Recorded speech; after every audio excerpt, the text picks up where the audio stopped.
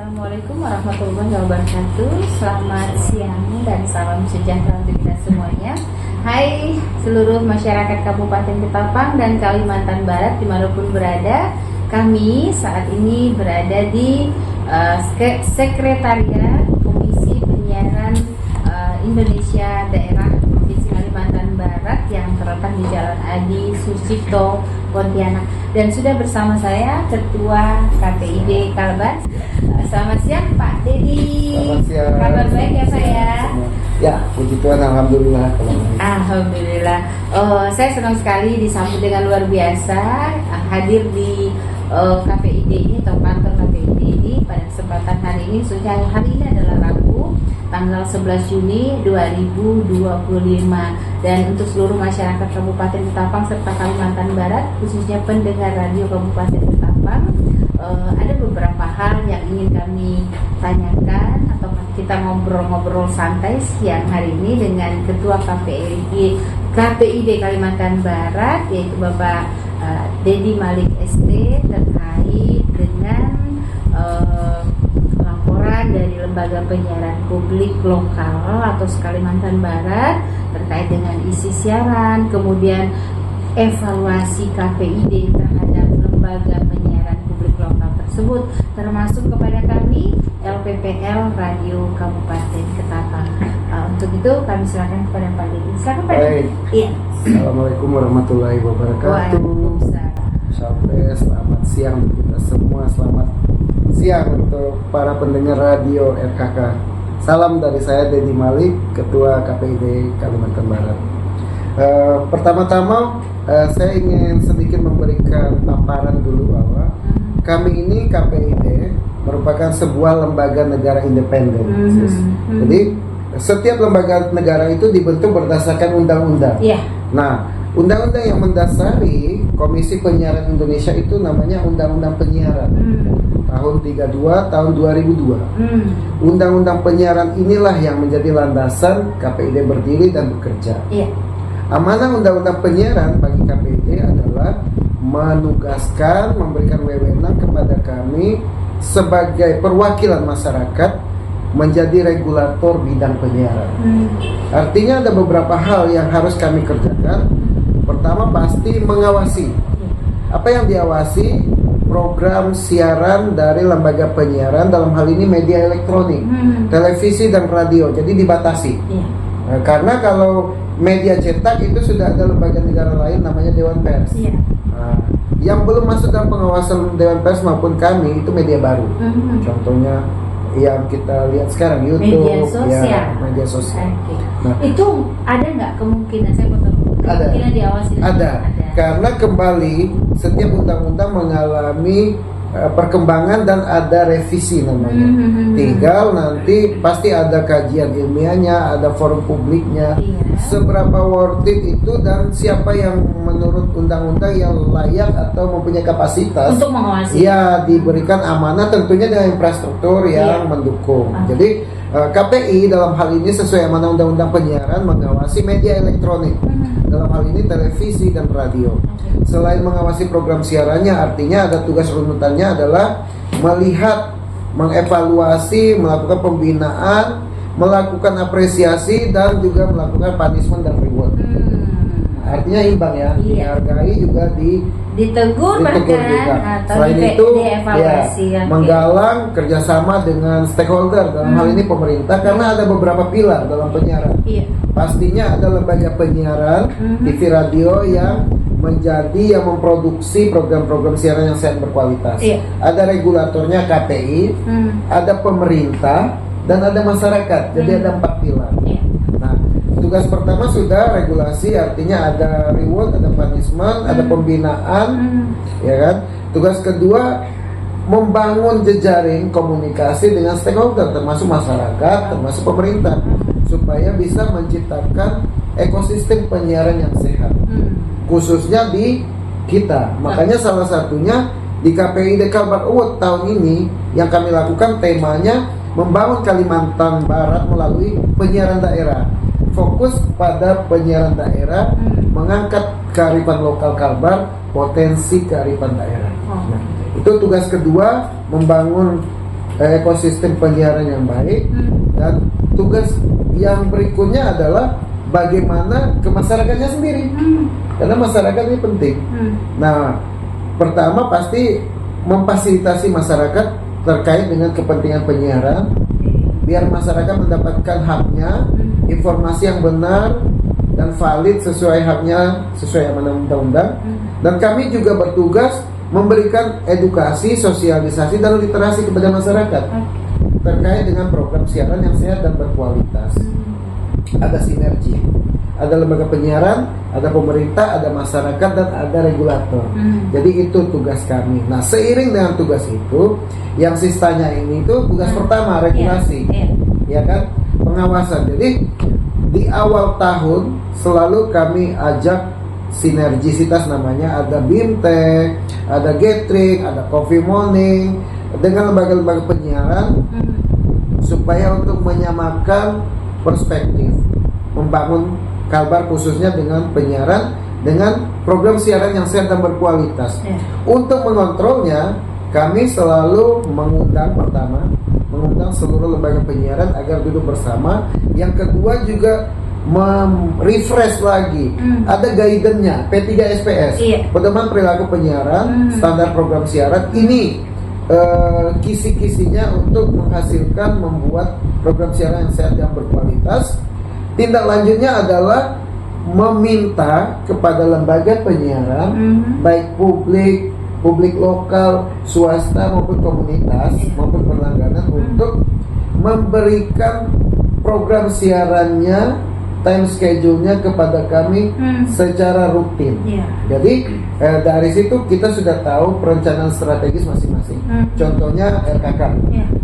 Karena kita berbicara tentang RKK sekarang, RKK kami mewajibkan dan meminta RKK di awal tahun sudah memberikan rencana program siarannya dalam 1 tahun penuh. Kalau ada revisi nggak masalah, tapi mereka harus punya program siaran, rencananya dan apa-apa. Dari situ bisa kita lihat skala prioritasnya apa. Apakah edukasi, entertain, atau mungkin ekonomi, atau apapun itu, budaya, politik. Nah, dari situ kita lihat. Nanti langkah berikutnya adalah mengawasi. Makanya di KPID itu ada ruang pemantauan. Ada petugas kami, ada staf kami yang mengawasi jam per jam. Setiap lembaga penyiaran kita akan awasi. Kita akan lihat apakah sesuai dengan P3SPS dan sesuai dengan jadwal siaran yang mereka kirim ke kami. Saat tidak sesuai, maka perlu diadakan tindak lanjut, klarifikasi, pemanggilan, pembinaan, dan terakhir kalau memang ada pelanggaran, punishment juga ada ringan, sedang, dan berat. Jadi seperti itu. Itu dalam kurun waktu 1 tahun terus menerus. Tetapi di akhir tahun ada namanya evaluasi akhir tahun. Jadi evaluasi akhir tahun ini totalitas dari program siaran yang 1 tahun ini akan dievaluasi oleh KPID. Nah, di situ akan kelihatan temuan-temuannya per kategori. Ada tidak pelanggaran, ada tidak hal-hal positifnya. Jadi dipaparkan semua dengan harapan itu menjadi feedback, umpan balik ke lembaga penyiaran termasuk RKK. Apa yang sudah RKK lakukan, apakah ada yang menyimpang, ada yang keliru, ada yang kurang, diberikan masukan sehingga ada improvisasi, sehingga ada pengembangan dan semakin meningkatkan kualitas program siaran yang sehat untuk mengedukasi, meliterasi masyarakat, dan juga membangun karakter masyarakat di Kalimantan Barat semakin cerdas. Jadi secara ringkasnya seperti itu. Ada pola, ada sosialisasi, ada pengawasan, ada koordinasi, dan ada evaluasi tahunan. Demikian sih. Luar biasa. Jadi sampai hari ini berapa anggota LPPL? Berapa LPPL maksud LP. saya? Berapa LP yang ada di Kalimantan Barat? Yang ada di Kalimantan Barat. Baik. Sampai sejauh ini yang masih aktif dan yang kami awasi 63. Itu ada lembaga namanya Lembaga Penyiaran Publik.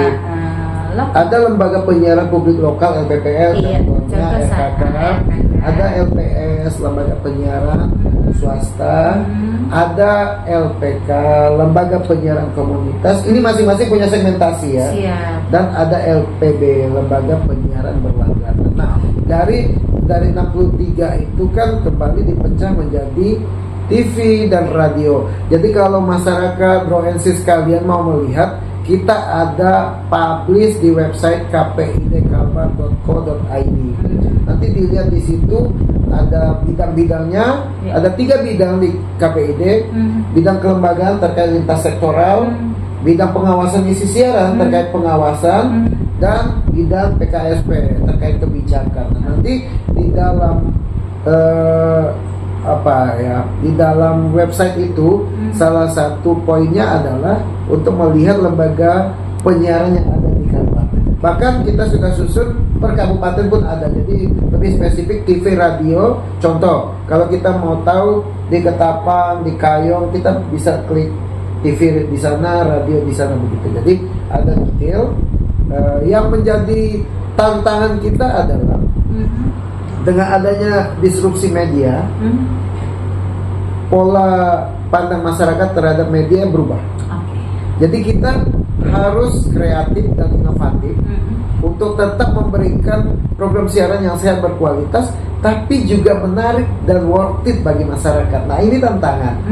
Ini tantangan. Tapi saya selalu bilang ke teman-teman lembaga penyiaran, jangan khawatir, karena apa? LP, lembaga penyiaran khususnya TV dan radio, ini sudah memiliki fondasi yang kuat. Instrumennya, infrastrukturnya kita sudah lengkap, benar? SDM-nya sudah teruji, ada pendidikan, ada pelatihan. Instrumen lain lagi ada P3SPS, ada koordinasi, ada pengawasan. Harusnya dengan kekuatan, dengan sumber daya yang seperti itu, kita menjadi optimis melihat bahwa dengan adanya disrupsi media baru itu bukan hambatan atau tantangan, tetapi itu peluang supaya kita bisa bertransformasi untuk memberikan edukasi kepada masyarakat, dan masyarakat juga mendapatkan hal-hal yang positif dari program siaran yang kita berikan. Dengan sendirinya akan terbentuk ekosistem penyiaran yang membentuk karakter masyarakat Kalbar yang cerdas. Demikian. Luar biasa. Yang terakhir, Bro, Ketua Komisi Penyiaran Indonesia Daerah Kalimantan Barat, ini adalah periode terakhir Bro Dedi ya. Oke. Karena sudah 2 kali menjadi pertama anggota, kedua Korbit. Oh ya, koordinator bidang kelembagaan, kemudian yang kedua menjadi ketua KPID. Apa yang ingin Bro sampaikan kepada pemerintah Provinsi Kalimantan Barat, kepada semua anggota LP, maksud saya 63 LP ini, kemudian juga untuk seluruh masyarakat Provinsi Kalimantan Barat. Silakan. Baik. Ada pepatah bilang, jika ingin menguasai dunia, maka harus menguasai media. Jadi artinya apa? Media, khususnya penyiaran, itu sangat penting. Dan itu harus kita sadari semua, seluruh stakeholder, baik regulatornya KPI, baik pemerintahnya, baik masyarakatnya maupun LP-nya sendiri. Artinya mari kita bersinergi bagaimana memberikan penyiaran yang terbaik, yang membangun karakter yang cerdas, sehat berkualitas, dan juga membangun Kalbar melalui bidang penyiaran. Bagi teman-teman LP, mari kita berikan program siaran yang sehat, berkualitas, dan menarik serta worth it bagi masyarakat. Artinya mengakomodir kebutuhan apa yang ingin mereka dapatkan dari program siaran itu. Bagi pemerintah, penyiaran sangat penting. Contoh sederhana, pemilu, pilkada itu sangat kondusif. Itu salah satunya dampaknya dari adanya penyiaran yang baik, sehat berkualitas, sehingga teredukasi masyarakat. Pendidikan politiknya bagus, menjadi sehat, menjadi pemilih yang partisipatif dan cerdas.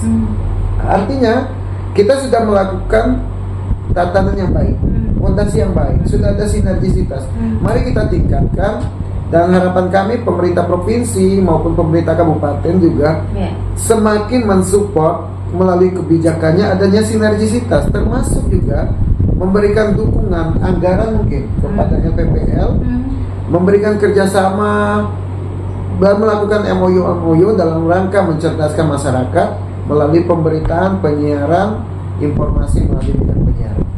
Bagi masyarakat, mari kita melihat bahwa TV dan radio itu merupakan validasi kebenaran informasi yang sangat valid dan selalu menjadi garda terdepan dari negara untuk mengedukasi, meliterasi, dan mencerdaskan masyarakat.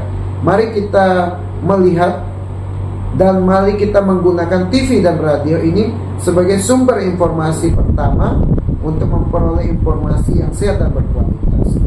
Dan pada akhirnya, mari dimanapun posisi kita semua mempunyai peran untuk membangun Kalimantan Barat, khususnya melalui bidang penyiaran. Mari kita bersinergi, memberikan hal yang terbaik dari tiap bagian dari kita yang bisa kita berikan. Mari kita membangun Kalimantan Barat melalui penyiaran. Salam literasi. Terima kasih Bro Terima Dedi kasih atas semua ilmunya, penjelasannya, dan mudah-mudahan untuk berikutnya ada ketua KPID yang luar biasa seperti ini. Terima kasih. Sukses selalu untuk kita semuanya. Terima kasih. Baik pemirsa dan pendengar Radio Kabupaten Ketapang dimanapun berada, termasuk tentunya masyarakat Kalimantan Barat, kami ucapkan terima kasih.